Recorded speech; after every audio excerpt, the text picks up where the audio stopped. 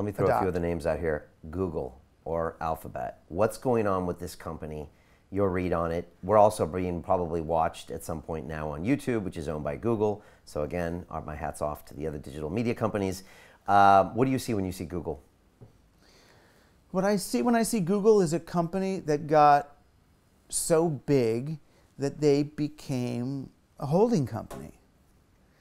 You know, Google was two kids in a Stanford dorm room who came up with a kind of a peer-to-peer style algorithm to take down Yahoo. Yahoo were the big bad guys then. Right. They were the guys that were abusing the internet for their own corporate gains and being a portal. You get to see what we show you.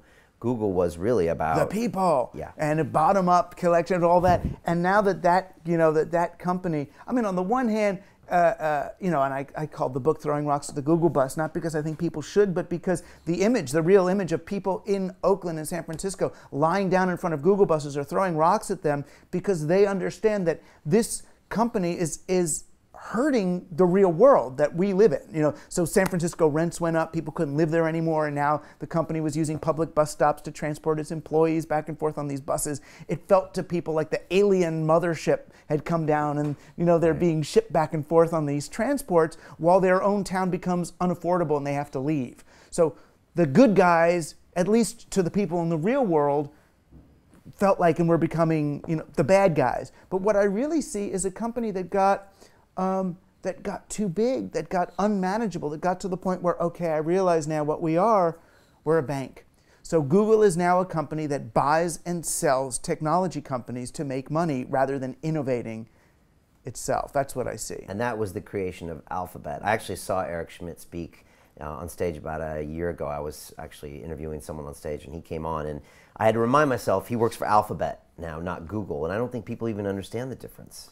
Right, does he work for Alphabet or does he work for the NSA? It's like sort of the bigger question. His entire hour-long speech was fascinating. It was an interview, and he really talked a lot about politics and law, and how, as a CEO, the biggest thing on his mind was trying to get around like antitrust stuff, and how at his level, he's pushing back against government lobbying and all these things. And I thought it was really revealing and a little scary because I thought he might talk about innovation and all these kind of touchy-feely human things, but he didn't. So now, who does he work for? I don't know, the NSA, but Google itself doesn't really exist. It's now one entity inside of Alphabet, which I think has an entity for every letter of the alphabet, which is sounds like what they've done? That's which cute. Sounds actually like a really scary sci-fi movie.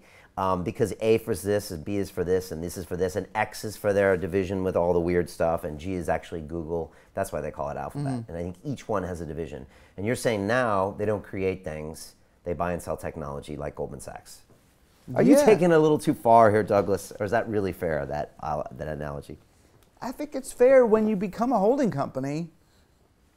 You call a horse a horse? Yeah, it's a holding company. There might be companies in there that are going to innovate. You know, so I always thought it was interesting they bought that robot, the robot killing company or whatever, the robot war place, and then got rid of it. Right. Was that company in New England they bought? Yeah. They own that, right? Yeah, but now they sold it. Oh, they did. Okay. That's those scary animal-like drone robots. That's very scary. Okay. What about Airbnb? But the other thing I see when I see Google is Ray Kurzweil sitting in the middle of Google as chief scientist.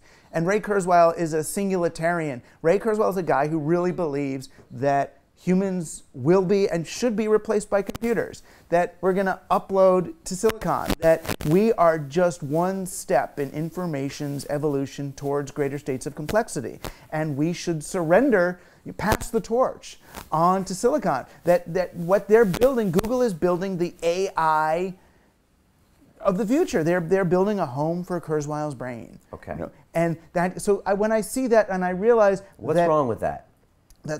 What's wrong with that is, and I get it's an unpopular position, but I still think there's a place for human beings in the future of our civilization.